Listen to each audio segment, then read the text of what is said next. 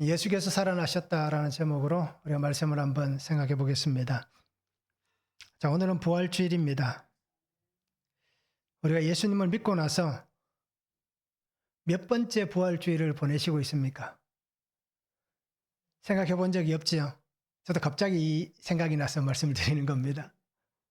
저도 그렇게 생각해 본 적이 없습니다. 예수님을 믿고 나서 몇 년째, 대충은 몇십 년 되었다는 것을 인정하지만 정확하게, 내가 몇 년째 지금 부활주일을 보내고 있다. 라고 하는 생각을 단 한 번도 해본 적이 없습니다. 우리는 어떻게 보면 달력을 볼 때나 아니면 개인의 어떤 스케줄을 잡을 때에 그냥 아무렇지도 않게, 그죠? 달력을 보고 스케줄을 잡을 때가 많을 거예요. 이날은 특별한 날이다. 표시하고 또 표시해 둔 사람은 아마 여기 아무도 없을 거예요. 저도 부활주일이라고 해서 달력에 동그라미 치고 별 치고 이렇게 그저 중요 표시 딱 해두지는 않았습니다. 근데 우리가 가끔씩 그런 분들 있잖아요. 어떤 기념일. 그 기념일 되면 자기만의 방법을 가지고 표시를 해두지 않습니까? 그러면서 특히 부부 간에는 결혼 기념일들을 어떻게 표시를 하면서 보통 보면 남자분들은 잘 까먹어요. 그렇잖아요. 그런데 여자분들은 잘 기억하시더라고요. 그래서 남편에게 가끔씩 묻는 것을 봅니다. 우리 그런 기념일을 묻기도 하고요. 또 가끔씩 어떤 영상들을 보면 그렇더라고요. 뭔가 비밀번호를 걸어두었는데 여자분이 아내가 비밀번호를 걸어두었는데 남편이 그 비밀번호를 물어볼 때에 우리 결혼 기념일이다. 아니면 우리가 처음 만난 날이다. 라고 하면 많은 사람들이 굉장히 두려워 떱니다. 왜요? 잘 기억을 못할 수도 있는 거예요. 잊어먹을 수도 있고. 그래도 그 결혼 기념일은 알 수 있겠지만 우리가 처음 만난 날이라고 얘기하면 그죠? 다들 잘 모르실 거예요. 저도 생각해 보니까 날짜가 기억이 없습니다. 처음 만난 날이 몇 월 며칠인지 모르겠어요. 그냥 다 그렇게 살잖아요. 그냥 만나니까 만나지는 거죠. 그래서 우리가 이 부활주일을 보내시면서 아마 몇 번째 보내시는지는 모르겠지만 그리고 앞으로도 몇 번을 더 보낼 줄 모르겠지만 우리가 이 부활주일을 맞이할 때마다 하나님께서 나에게 약속하신 날을 그죠? 그 날을 이루셨다. 나에게 약속을 지켜주셨다. 라는 것을 우리가 잊지 않고 그렇게 믿음으로 또 기념하고 또 감사함으로 하루를 보낼 수 있는 시간들이 되면 좋겠습니다. 그래서 어떤 상황 속에 있든지 어떤 환경 속에 있든지 그죠? 우리가 꼭 그 자리에서 예배할 수 있는 자리 또 하나님 말씀 가운데 있는 자리 또 특별히 하나님 앞에 우리가 기도할 수 있는 그러한 은혜가 있는 자리가 되면 참 좋겠습니다. 그리고 이 부활을 우리가 전할 수 있기를 원합니다. 그래서 이번 한 주간 기도하기가 뭡니까? 제가 깜빡하고 말씀 안 드렸는데요. 일주일 기도하기가 복음을 전할 한 사람을 위해 기도합시다 라고 해놨습니다. 그래서 이 부활을 감사하면서 이 한 주간 동안 내가 복음을 전할 사람, 그 사람이 누구인지 한번 생각해 보시고 또 그 사람을 위해서 우리가 늘 기도할 수 있는 그런 시간들이 되면 좋겠습니다. 말씀을 한번 보시기 바랍니다. 안식 후 첫날 여인들은 향품을 바르기 위해서 무덤으로 찾아갑니다. 그런데 예수님은 계시지 않고 흰 옷 입은 청년이 그 자리에서 나사렛 예수가 살아나셨다 라고 말씀을 전합니다. 그래서 막달라 마리아도 그렇고요. 또 두 제자도 그렇고요. 부활하신 예수님을 전합니다. 그런데 그들은 믿지 않았다라고 그렇게 말씀을 하고 있습니다. 자, 예수님께서 살아나셨습니다. 살아나신 예수님을 통해서 우리가 오늘 말씀을 통해서 무엇을 보기를 원합니까? 첫 번째는 무덤으로 가는 사람들이 있습니다. 1절에서 4절입니다. 안식일이 지남에 막달라 마리아와 야고보의 어머니 마리아와 또 살로메가 가서 예수께 바르기 위하여 향품을 사다 두었다가 안식 후 첫날 매우 일찍이 해 돋을 때에 그 무덤으로 가며 서로 말하되 누가 우리를 위하여 무덤 문에서 돌을 굴려주려 하더니 눈을 들어본 적 벌써 돌이 굴려져 있는데 그 돌이 심히 크더라 라고 말씀합니다. 자, 사람이 죽으면 어디로 갈까요? 사람이 죽으면 땅으로 내려갑니다. 흙으로 가잖아요. 그래서 우리가 통상적으로 그냥 요즘은 뭐 화장을 해서 이렇게 하지만 원래 우리가 그 장례는 시신을 매장하는 거잖아요. 그러니 무덤이란 것이 다 있습니다. 오늘 성경에도 보면 예수님께서 죽으신 이후에 예수님을 찾는 여인들이 있습니다. 근데 그들이 어떻게 예수님을 찾아갑니까? 예수님의 몸에 향품을 바르기 위해서 그것을 준비해 두었다가 그렇게 무덤을 찾아갑니다. 자, 원래 이 시신의 향품을 바르는 것은 무덤에 넣을 때에 그때 몸에 향품을 바릅니다. 그리고는 매장을 하는 거예요. 그런데 예수님의 죽음은 어떻습니까? 어떻게 보면 시간이 굉장히 짧잖아요. 그래서 만시기를 앞두고 있었기 때문에 그렇게 예수님의 어떤 죽음이란 시간이 길지가 못합니다. 그러다 보니까 그 짧은 시간에 아리마대 사람 요셉을 통해서 그 무덤에 들어갔습니다. 그러다 보니까 예수님의 몸에 이 향품을 바를 수 있는 시간이 없었습니다. 그래서 이 여인들은 준비해 두었던 그 향품을 예수님의 몸에 바르기 위해서 갑니다. 시신에 이 향품을 바른다는 것은 어떻게 보면 부패하는 것을 조금이라도 늦추기 위한 그러한 과정으로 이 향품을 바르는 겁니다. 그런데 이 여인들이 무덤으로 가면서 가장 큰 근심이 무엇입니까? 무덤에 돌이 막혀 있다는 겁니다. 우리는 장례 문화가 다르니까 잘 이해가 안 되실 수 있는 거예요. 우리는 땅을 파고 땅 속에 관을 묻기 때문에 어떻게 보면 우리나라 표현을 보면 누가 그 무덤에서 흙을 다 끄집어내 줄까? 라고 하는 표현이 맞을 거예요. 그런데 이 이스라엘의 장례 문화는 어떻습니까? 이렇게 동굴에 시신을 두는 거예요. 그러다 보니까 그 시신이 다른 사람들에게 어떻게 보면 보여지지 않게 하기 위해서 그 시신을 돌로 막는 것입니다. 자, 그래서 그 무덤 앞에 있는 큰 돌을 여인들은 고민하며 갑니다. 누가 우리를 위하여 무덤문에서 돌을 굴려줄 것인가? 라고 얘기합니다. 장정돌도 쉽게 굴릴 수 없는 돌입니다. 그러면 여인들의 힘으로는 도저히 어떻습니까? 몇 명이 지금 가지만 우리 성도님들 한번 생각해 보시기 바랍니다. 여자분들이 내가 아무리 힘이 센들 이 거대한 돌을 그렇게 쉽게 굴릴 수 있겠는가라는 것입니다. 그래서 제 자신들이 감당할 수 없는 그 환경이 앞에 놓여 있으니까 예수님의 무덤으로 가지만 근심에 사여갈 수밖에 없는 겁니다. 그런데 오늘 성경에 보면 돌이 이미 굴려져 있었다라고 말씀합니다. 자, 같은 본문이 마태복음에 이렇게 기록합니다. 마태복음 28장 2절에 보면 큰 지진이 나며 주의 천사가 하늘로부터 내려와 돌을 굴려내고 그 위에 앉았는데 라고 말씀합니다. 그래서 하나님께서 역사하시는 그 장면이 진동입니다. 그래서 이 지진과 같은 진동을 통하여서 하나님의 천사가 이 돌을 굴려내었다라고 그렇게 말씀합니다. 그러면서 우리가 성경에 예수님의 부활하는 그 무덤에 보면 두 천사, 오늘과 흰 옷을 입은 청년 이렇게 표현하는 것이 다르지만 다 누구입니까? 하나님 보내신 천사들이 그 자리에 있었다라는 것입니다. 그래서 하나님께서는 죽음을 이기시고 부활하신 예수님의 그 무덤을 열어놓으신 겁니다.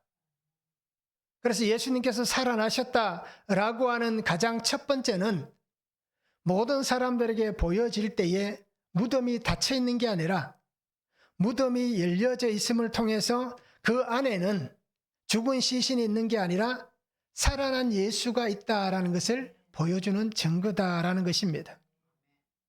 그래서 하나님은 예수님을 이 땅에서 우리를 위해서 보내셨고 그 약속을 위해서 죽이셨지만 그 예수님이 이 세상이 죽음으로 가둘 수 없는, 세상은 예수님을 가둘 수 없고 묶을 수 없는 그 환경이란 것을 오늘 성경에서 우리에게 분명히 보여주고 있는 것입니다. 그래서 하나님의 이 준비하신 생명, 허락하신 이 생명, 이 은혜가 하나님께서 무덤의 문을 굴려내심을 통하여서 그 무덤 문을 여심을 통하여서 하나님께서 임재하시는 은혜를 오늘 우리 모두에게 보여주고 있다라는 것입니다. 이것은 무덤 돌을 굴려낼 수 없는 것과 마찬가지로 사람은 할 수 있는 것이 아닙니다. 사람은 할 수 없는 거예요. 그러나 하실 수 있는 분은 누구입니까? 하나님께서 친히 이 문제를 해결해 주시는 겁니다. 그리고 이 은혜를 선포해 주시고 있는 겁니다. 그래서 하나님은 이 여인들이 죽으신 예수님을 보기 위해서 그곳에 갔지만 하나님은 그 여인들에게 죽은 예수를 보여주는 게 아니라 살아나신 예수님을 보여주시고 있다라는 것입니다. 죽음이 아닌 생명을 하나님께서 보여주시는 것입니다. 무덤을 열어놓으신 하나님, 그 하나님께서 오늘 우리의 삶의 자리에도 닫혀지고 막혀있는 삶의 일들을 열어주실 것입니다. 하나님의 약속이 우리에게 분명히 있습니다. 그래, 그 약속을 우리가 믿고 하나님 앞에 나아가면 우리는 죽음의 자리로 내려가지만 그곳에서 우리가 죽음을 보게 하시는 것이 아니라 하나님은 우리에게 생명을 보게 하시는 그 은혜를 분명히 허락해 주실 것입니다. 그리고 우리 성도님들이 나에게 있는 돌이 무엇인지, 나를 짓누르고 있는, 나를 가로막고 있는 돌이 무엇인지를 우리 스스로가 한번 볼 수 있는 시간이 되면 좋겠습니다. 한번 적용해 보시기 바랍니다.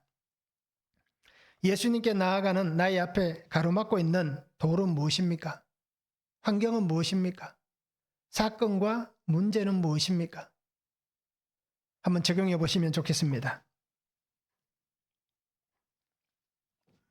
두 번째는 살아나셨다는 증언을 듣게 합니다. 5절에서 6절입니다. 무덤에 들어가서 흰 옷을 입은 한 청년이 우편에 앉은 것을 보고 놀라매 청년이 이르되 놀라지 말라.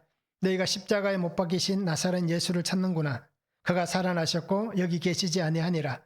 보라, 그를 두었던 곳이니라 라고 말씀합니다. 자, 무덤에 간 여인들은 깜짝 놀랐을 거예요. 그죠? 흰 옷을 입은 청년이 앉아 있는 거예요. 아침이지만 우리가 한번 생각해 보시기 바랍니다. 만약에 우리가 무덤가에 가서 흰 옷을 입은 사람을 본다. 그러면 기분이 어떨까요? 아마 귀신을 보았다고 해서 다들 기겁을 하고 놀라서 정말 큰일 날 거예요. 그죠? 아마 이 여인들도 마찬가지였을 거예요. 상상을 못 했잖아요. 그래서 예수님께서 여러 번 부활에 대해서 말씀하셨지만 그러나 이미 그들은 다 잊어먹어버렸습니다. 그러니 예수님의 무덤에는 당연히 예수님의 시신만 있다라고 생각하는 거예요. 그런데 그 시신이 있어야 될 자리에 흰 옷을 입은 청년이 앉아 있는 겁니다. 그러니 기겁할 일이 아니겠습니까? 그런데 이 청년이 뭐라고 얘기합니까? 그가 살아나셨다라고 얘기하는 거예요. 자, 마태복음 28장 3절과 4절에 보면 번개 같다라고 얘기해요. 그 형상이 번개 같다. 옷은 눈같이 희다라고 얘기합니다. 그래서 무덤을 지켰던 병사들은 이 모습을 보면서 두려워 떨었다. 죽은 사람과 같이 되었다. 라고 그렇게 표현을 합니다. 또 누가복음 24장 5절은 어떻습니까? 여자들이 두려워서 얼굴을 땅에 댔다라고 얘기해요. 그러니까 흰옷 입은 청년 천사를 보면서 번개 같은 그 모습을 보니까 진짜 놀라서 그냥 요즘 표현을 그렇게 쓸 수 있을 거예요. 혼이 떠나가는, 그렇죠? 영혼이 빠져버리는 그런 상태가 된 겁니다. 그래서 그들은 무덤에 예수님을 만나러 갔지만 그들에게는 충격인 시간이 된 것입니다. 그래서 두려움에 쌓여 있는 겁니다.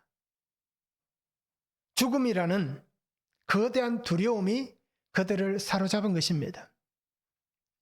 우리가 죽음에 대해서 생각하는 것들 있잖아요. 한국 사람은 죽음에 대해서 이런 생각을 가지고 있다라는 것이 있잖아요. 장례 문화가 그런 게 있잖아요. 자, 그렇다 유대인들에게 있어서 이 죽음에 대한 어떤 자신들만의 사상이 있습니다. 그래서 성경에 보면 어떻습니까? 또 그 중에도 하나님을 본 사람은 다 죽는다는 표현이 있잖아요. 그러니 천사를 보면 어떨까요? 그냥 이제 내 죽었다라고 생각하는 겁니다. 자, 그 놀라운 상황에 청년이 하는 얘기가 기가 막힌 얘기를 합니다. 예수님은 다시 살아나셨다라고 얘기합니다. 믿을 수 없는 이 얘기가 그들에게서 들려집니다. 예수님을 찾아갔고 그 속에서 예수님에게 자신들이 할 수 있는 최선을 다해서 그냥 예수님의 몸에 향품을 바르기 위해서 온 그들이지만 그들은 이 놀라운 소식을 듣고는 도저히 어떻습니까? 믿을 수 없는 그 상황에 빠지게 되는 겁니다. 육신의 죽음에서 몸과 영의 완전한 부활로 전인적 부활로 영광으로 승리하신 예수님을 이 흰옷을 입은 청년, 천사가 여인들에게 선포해 주고 있습니다. 살아났다는 증언을 그들에게 들려주는 겁니다. 그리고 오늘 우리가 신실하게 살아가는 삶 속에 예수님의 부활의 소식이 들려져야 됩니다. 우리 귀에, 우리 삶에, 우리 마음에, 그죠? 이 예수님의 부활, 이 부활의 소식이 들려져야 되는, 들린 삶을 우리가 살아가야 되는 것입니다. 우리의 신앙이 왜 힘이 없고 우리의 믿음이 왜 연약하냐? 이 부활의 확신이 없기 때문입니다. 또 죽음에 대한 우리의 확신도 없기 때문입니다. 우리 늘 우스갯소리를 얘기합니다. 죽으면 천국 가는 거 믿습니까? 라고 얘기하면 예, 다 믿습니다 라고 얘기해요. 그런데 지금 죽으면 천국 갈 수 있습니까? 라고 물어보면 대부분 사람들은 지금 죽는다는 소리에 기겁을 하는 거예요. 왜요? 아직까지 내가 이 사는 꼬라지가, 그렇죠? 내 사는 꼬라지가 시원찮으니까 내가 구원받을 수 있을까라고 얘기하는 거예요. 그런데 우리가 항상 기억해야 될 것은 뭡니까? 우리의 삶이 살아가는 모습으로 구원받는 게 아닙니다. 우리는 그냥 예수님을 믿는 믿음으로 구원을 받는 거예요. 믿음으로 구원을 받는 것이지 내 삶이 이렇기 때문에 구원받습니다 라고 할 수 있는 것은 아무도 없습니다. 그런데 왜 우리가 그렇게 그것 때문에 고민을 합니까? 그러나 내가 예수 믿는데 아직 내가 사는 삶이 이렇다라는 겁니다. 생각도 그렇고 하는 모습들이 아직도 죄 가운데 있고 또 죄를 짓고 있고 그리고 늘 예수 믿으면 안 싸워야 되는데 예수 믿고 나니까 더 열심히 싸우고 있고 그렇죠? 그러니 우리가 그렇게 고민하는 거예요.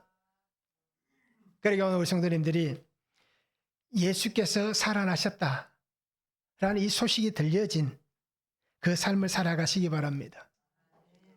빈 무덤으로 사는 사람이 되면 좋겠습니다.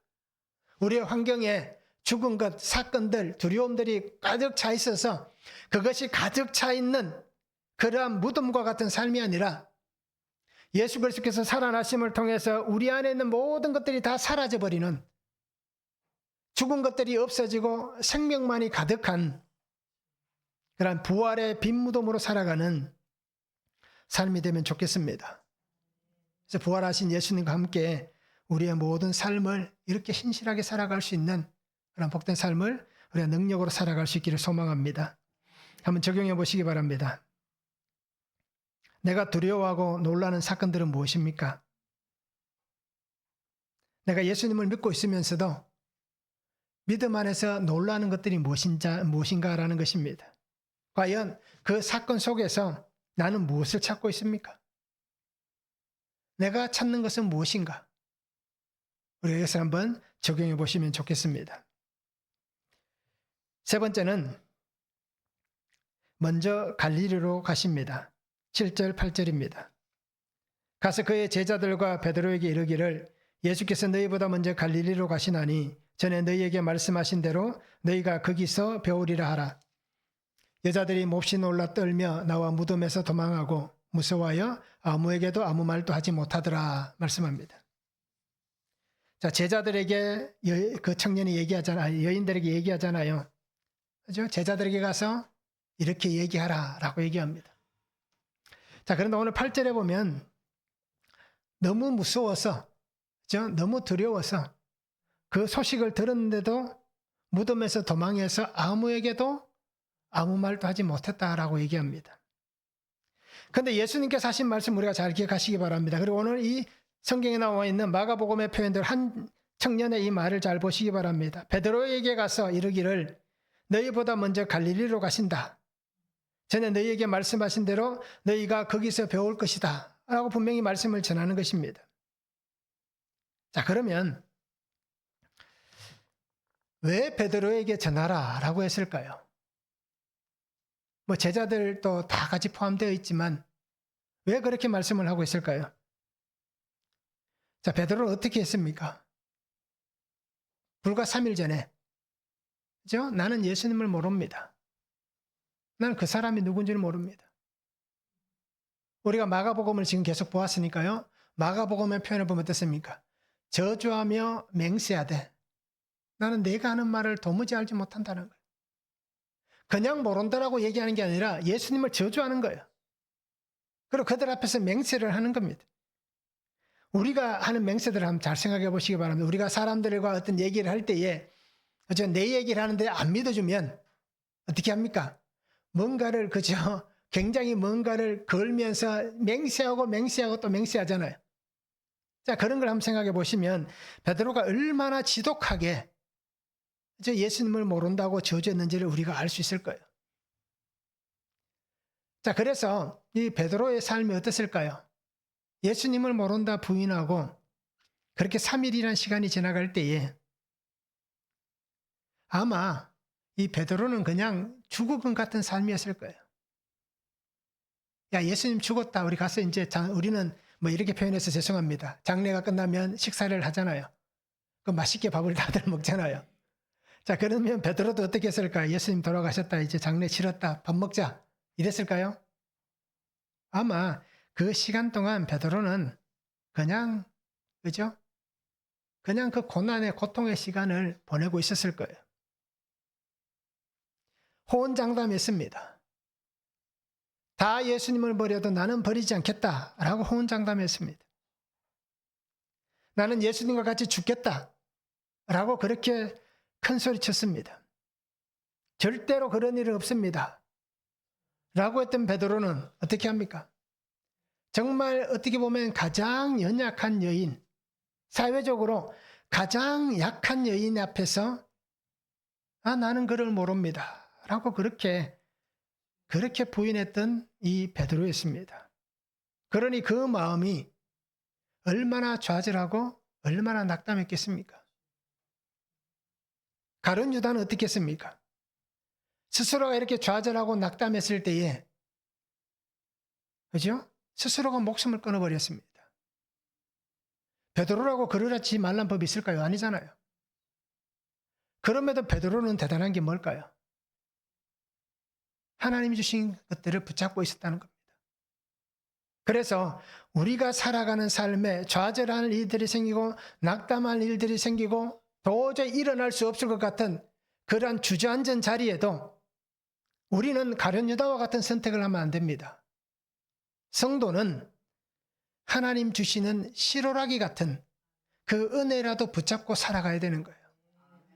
그래야 그 속에서 하나님이 우리를 다시 이렇게 세우시고 하나님이 오늘 예수님을 통해서 말씀하시는 것이 갈릴리에서 만나자 하시는 그 갈릴리의 은혜가 우리에게 분명히 주어지는 것입니다. 그래서 오늘 말씀을 통해서 보시기 바랍니다. 하나님께서 베드로를 얼마나 사랑하시는지. 그런데 그 사랑이 베드로에게만 있을까요? 하나님이 베드로를 위로하십니다. 근데 그 위로가 베드로에게만 있을까요? 오늘 나에게도 동일하게 있습니다. 예수님은 마가복음 14장 28절에 보면 내가 살아난 후에 너희보다 먼저 갈릴리로 가겠다. 내가 죽지만 그 죽음 이후에 살아나서 내가 너희보다 먼저 갈릴리에 가 있겠다. 라고 말씀하시는 것입니다. 그럼 왜 갈릴리냐라는 겁니다. 왜 갈릴리인가?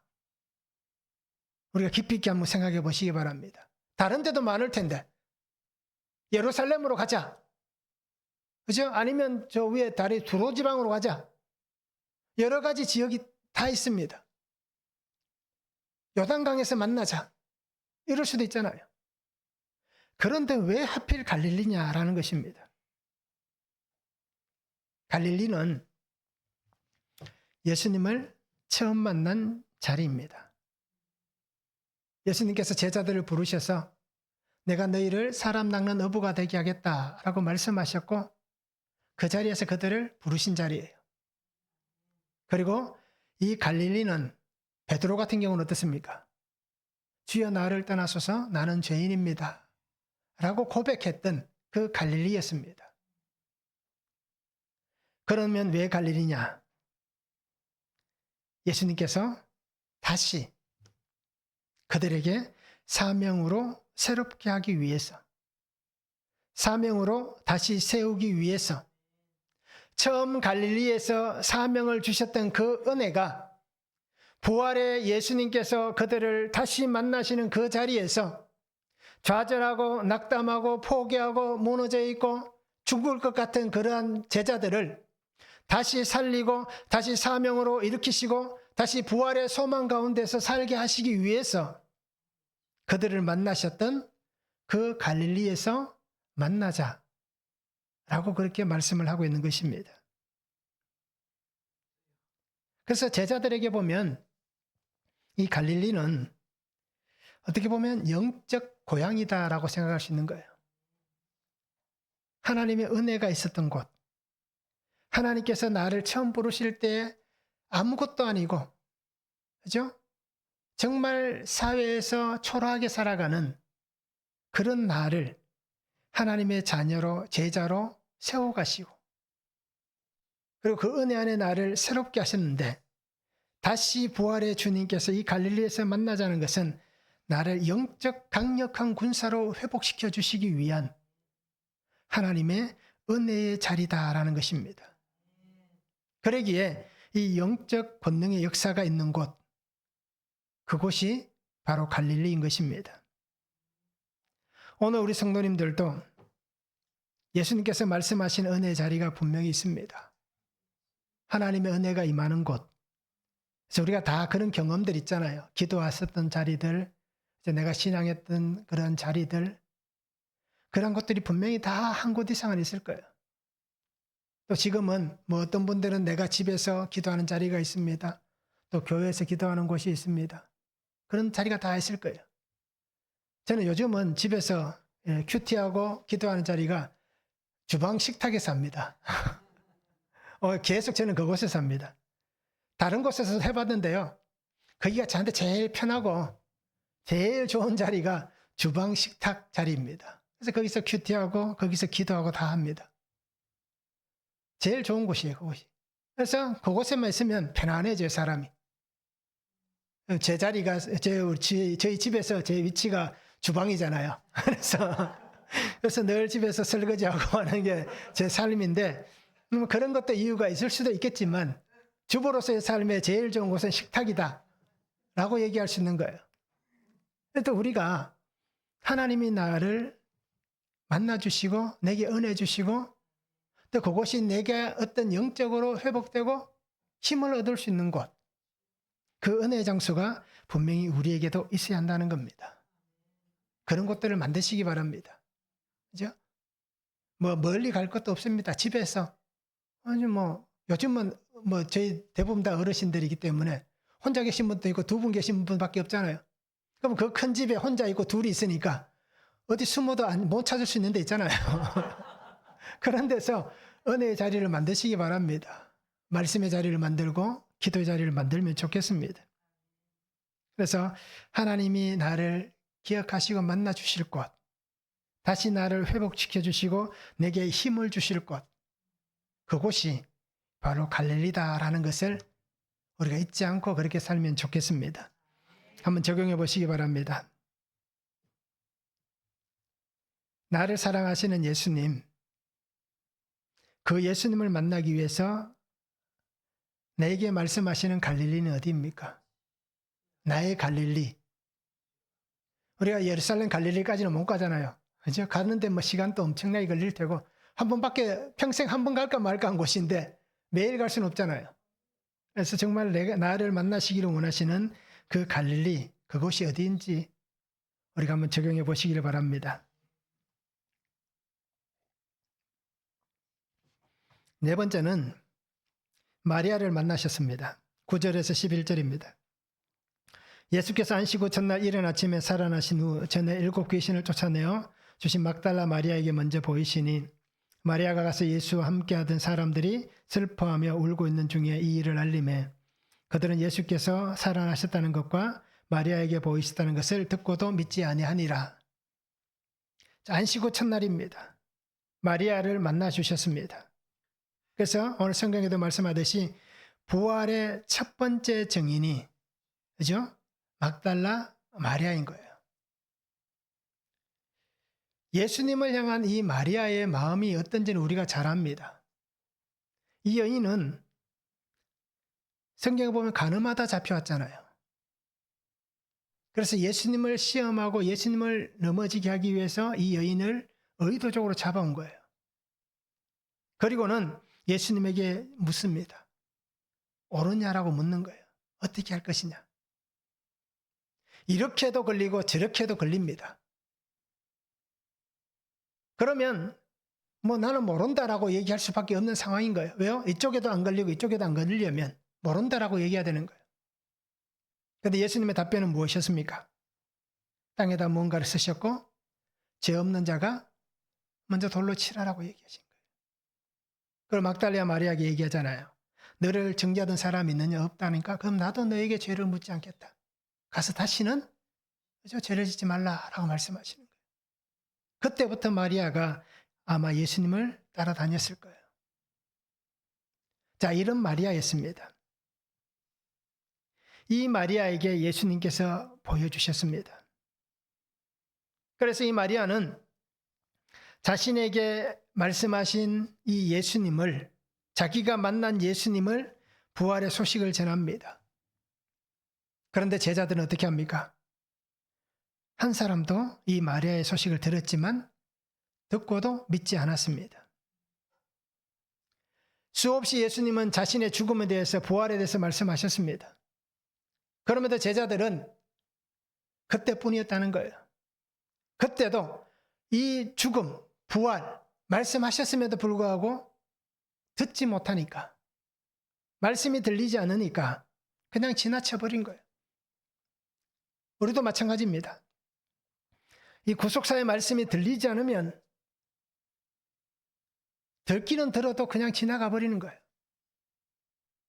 왜요? 소리에 불과한 거예요. 그 말씀이 정말 내게 말씀이 되지 못하니까 들어도 들은 게 아니라는 얘기입니다. 우리가 말씀을 수없이 읽고 설교를 수없이 들어도 그 말씀이 구속사로 우리에게 들려지지 않으면 그냥 지나가 버리는 거예요. 그냥 콩나물에 그냥 콩에 물 붓는 것과 똑같은 거예요. 그래도 기가 막힌 것은 믿음이 있고 그렇죠? 자라난다는 거예요. 희한한 거예요. 우리가 바로 그런 상황입니다.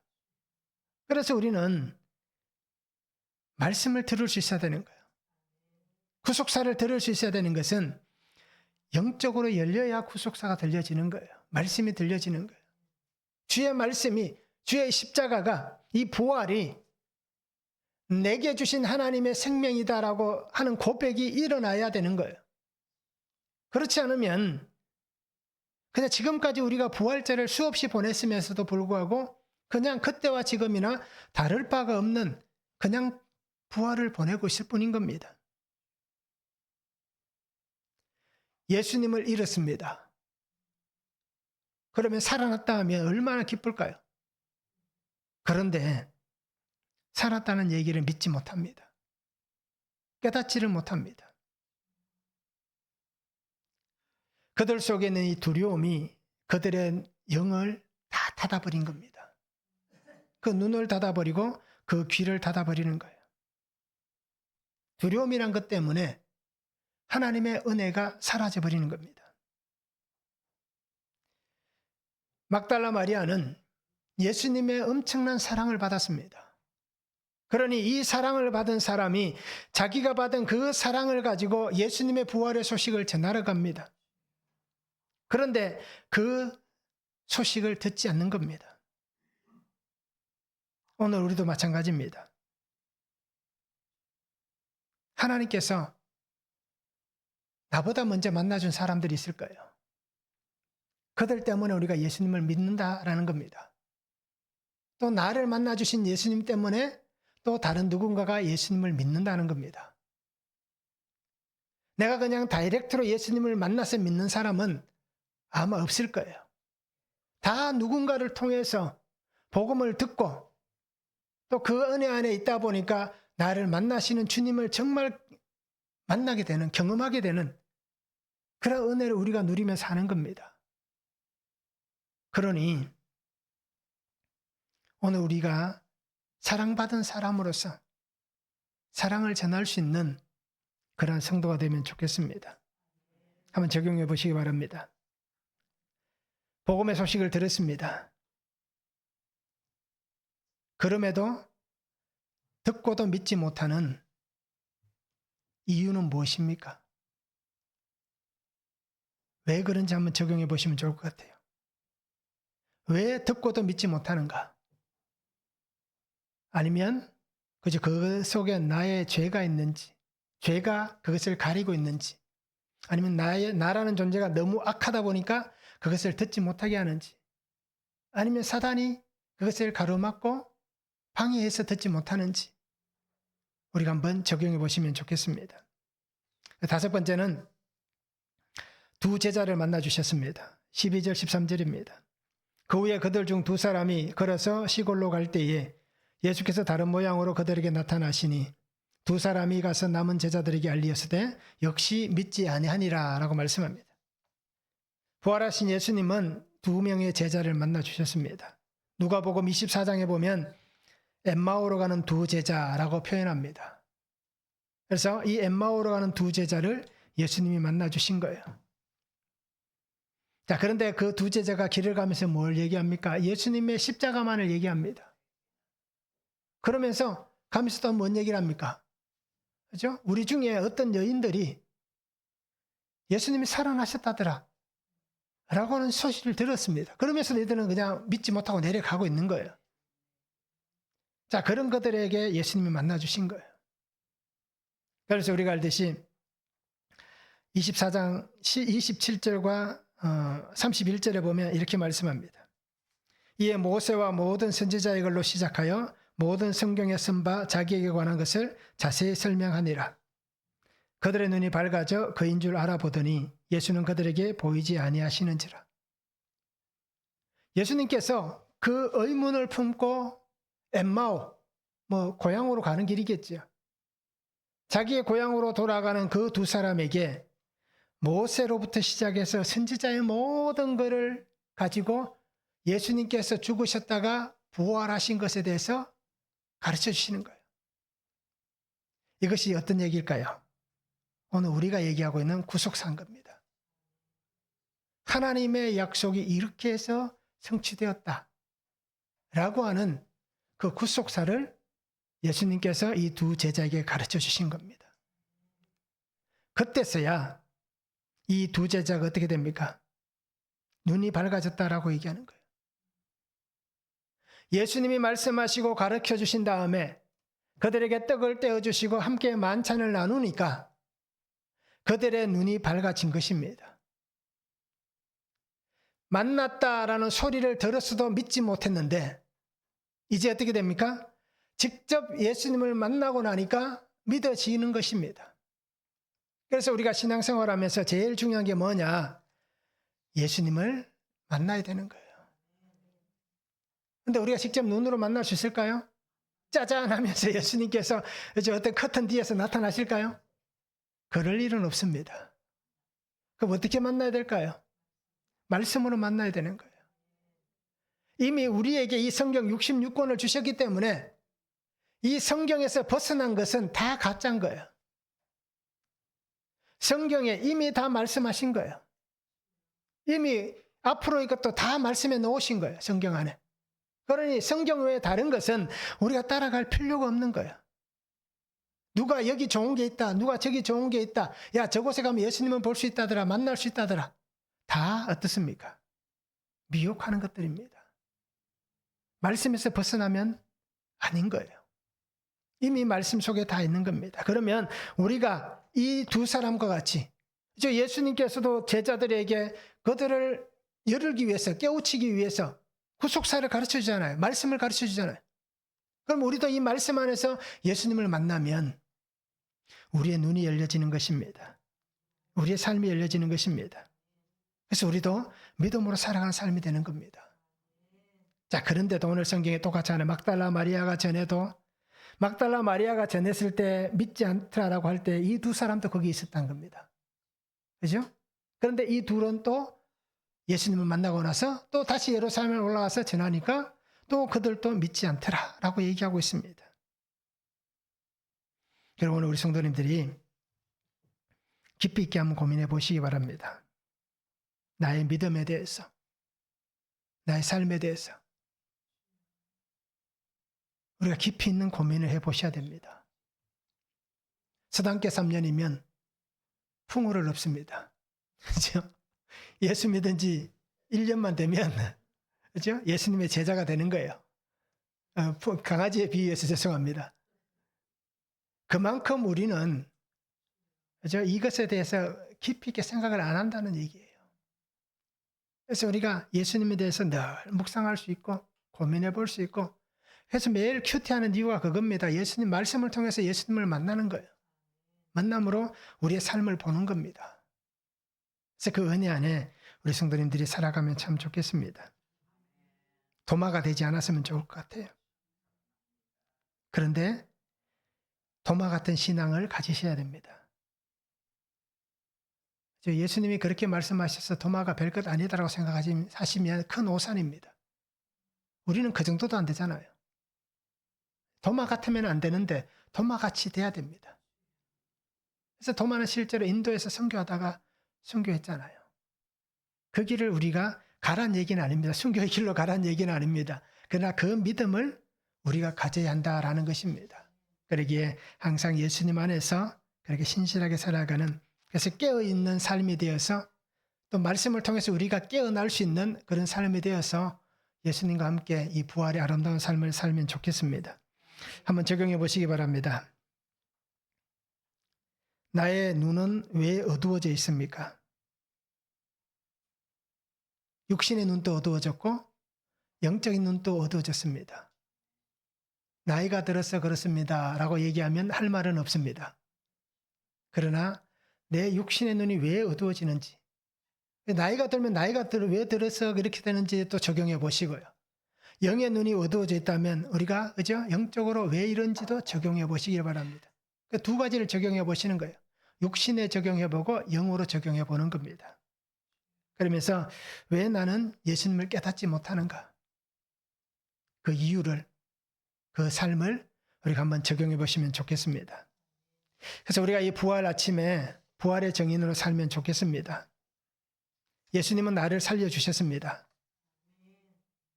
그리고 나를 살릴 뿐 아니라 나 한 사람을 통해서 너와 내 집이 구원을 얻으리라 말씀하셨던 것 같이, 그렇죠? 우리가 구원을 얻는 삶이 되었습니다. 아내 때문에 구원받는 삶이 되었고요. 남편 때문에 구원받는 삶이 되었고, 또는 자녀들 때문에 구원받는 삶이 되었고, 자녀는 부모 때문에 구원 얻는 삶이 되었습니다. 그래서 우리가 구원 얻는 이 삶이 된 것을 감사할 수 있고, 또 그 은혜 안에서 날마다 하나님의 임재가 있는 그 삶을 살아가면 좋겠습니다. 그래서 우리가 이 부활 아침에 말씀으로 날마다 예수님과 동행하는 그런 복된 삶이 될 수 있기를 예수님의 이름으로 축복합니다. 사랑의 아버지 하나님, 오늘 우리의 삶 속에 찾아와 주시고 역사해 주시기를 원합니다.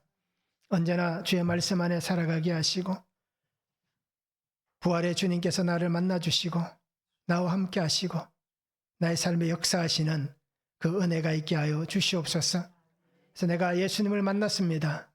나를 살리신 예수님을 만났습니다 라고 고백하며 그 삶이 날마다 정인된 삶을 살면서 이 땅에서 예수의 십자가를 전할 수 있는 거룩한 백성이 되게 하여 주시옵소서.